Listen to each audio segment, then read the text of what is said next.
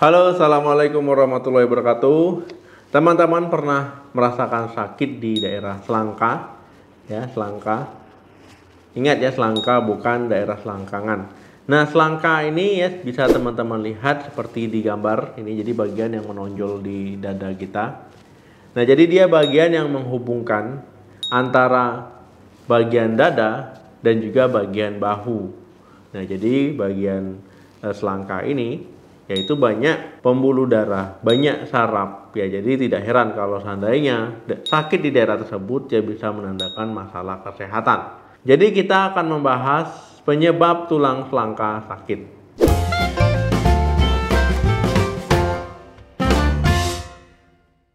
Teman-teman harus tahu ya penyebab tulang selangka sakit ya supaya nanti bisa mengobatinya dengan baik. Ya, kemudian supaya bisa mencegah ya supaya enggak sakit tulang selangkanya. Nah, jadi perlu tahu ini. Memang terlihat sepele tapi sebenarnya penting. Jadi ada beberapa penyebab kenapa bisa tulang selangka teman-teman jadi sakit ataupun nyeri. Ya, di antaranya yang pertama osteoartritis. Osteoartritis ataupun orang bilangnya itu OA, ada juga yang kenalnya dengan pengapuran sendi. Ya, ini memang terjadi di bagian sendi ya ketika bagian pelindung tulang itu rusak yang mengalami pengapuran. Memang biasanya osteoartritis ini ya paling sering di lutut, ya bisa juga di sendi-sendi lain ya, termasuk di bagian tulang selangka.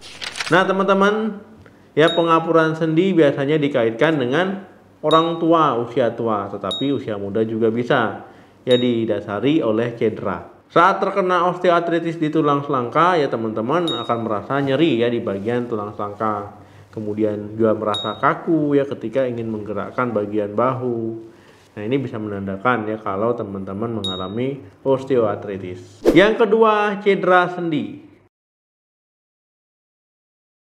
Salah satu cedera yang mengakibatkan nyeri pada tulang selangka itu adalah robeknya sendi acromioclavicular ataupun sendi AC. Ini letaknya ya di atas tulang belikat. Tulang belikat ini adalah tulang yang menghubungkan antara tulang selangka dan juga tulang bagian lengan atas. Robekan sendi AC ini ya menandakan adanya robekan di ligamen. Nah, jadi tugas ligamen ini dia menstabilkan sendi ya ataupun menstabilkan posisinya ya biar dia nggak lari-lari. Kondisi ini ataupun cedera ini bisa terjadi ya ketika adanya pukulan yang cukup keras di area bahu ataupun jatuh yang terlalu keras. Kalau robekannya ringan teman-teman ya mungkin hanya merasakan sakit, tapi kalau kasusnya berat ya teman-teman bisa melihat bagian bahunya itu nggak sejajar ya, kemudian terlihat ada tonjolan. Yang ketiga, retak atau patah tulang. Teman-teman ya tulang selangka ini rawan retak ya, bahkan juga rawan patah ya karena dia menghubungkan antara bahu dan juga bagian tulang dada ataupun bagian dada. Nah, ketika teman-teman terjatuh ya ataupun saat teman-teman jatuh ya menahan beban tubuh ya itu bisa retak ya bahkan patah. Apalagi memang kalau bagian di tulang selangka ini ya menghantam benda yang keras. Nah, ini bisa jadi patah. Gejala saat tulang selangka ini patah ya teman-teman akan merasakan sakit ya ketika digerakkan ataupun ketika area yang menghubungkan tulang selangka ini ikut bergerak, itu pasti akan merasakan sakit. Nyeri dan terasa hangat jika disentuh, ya bengkak, memar di area tulang selangka, lengan terasa kaku, bentuk tulang menjadi bengkok, terdapat sensasi crack ya kalau teman-teman sentuh. Yang keempat, thoracic outlet syndrome. Kondisi ini ya itu ketika tulang selangka itu bergeser dari posisi normalnya sehingga menekan pembuluh darah, ya menekan saraf ya, sehingga menimbulkan nyeri. Kondisi ini ya bisa terjadi ketika teman-teman mengalami kegemukan, cedera, postur tubuh yang buruk, otot bahu yang lemah, tekanan yang berulang kali ya, misalkan ngangkat beban berat. Kemudian untuk gejala yang bisa teman-teman rasakan, nyeri di tulang selangka, bahu, leher atau lengan, ya kesemutan atau mati rasa di lengan dan jari, kemampuan tangan untuk memegang menjadi lemah, lengan terasa nyeri dan juga bengkak.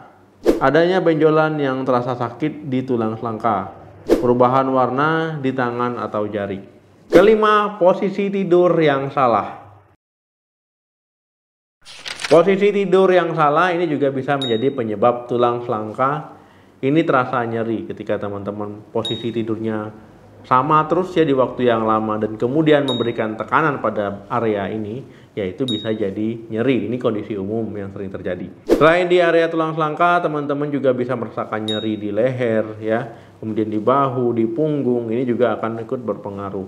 Nah, jadi ketika teman-teman tidur ya sebaiknya di posisi yang benar, ya kemudian sering-sering mengganti posisi dan juga gunakan bantal yang nyaman. Yang keenam, distal clavicular osteolysis. Namanya memang payah ya, karena itu memang nama medis. Kalau nama gampangnya ya awamnya itu patahnya di ujung ya, di ujung tulang selangka. Nah, ini disebut dengan distal clavicular osteolysis. Nah, teman-teman bisa lihat di gambar ya. Nah, ini kondisinya dia patahnya di ujung, jadi dekat, hampir dekat dengan bagian bahu. Gejalanya tentu nyeri ya, kemudian daerah bahu ini juga akan bengkak, kemudian nggak bisa mengangkat ya. Apalagi seandainya mengangkat barang atau tangan pun ke area atas pun jadi ikut nyeri. Teman-teman ya, jadi bagian tulang selangka ini merupakan bagian yang rentan ya, rawan cedera, rawan retak, rawan patah, rawan mengalami masalah. Ya, jadi harus hati-hati. Ya, jadi ketika teman-teman terjatuh ya, memang hindari jatuh. Ketika berkendara sebaiknya menggunakan pengaman yang sesuai standar. Ketika memakai mobil ya pakai seat belt. Jadi harus hati-hati karena memang rawan cedera. Ketika tidur ya posisi tidur yang benar. Oke teman-teman, terima kasih yang sudah menonton video sampai habis. Jika ingin ada tambahan silahkan tulis di kolom komentar. Sampai ketemu lagi di video saya selanjutnya. Jangan lupa like, share, dan komen. Salam sehat, sampai jumpa.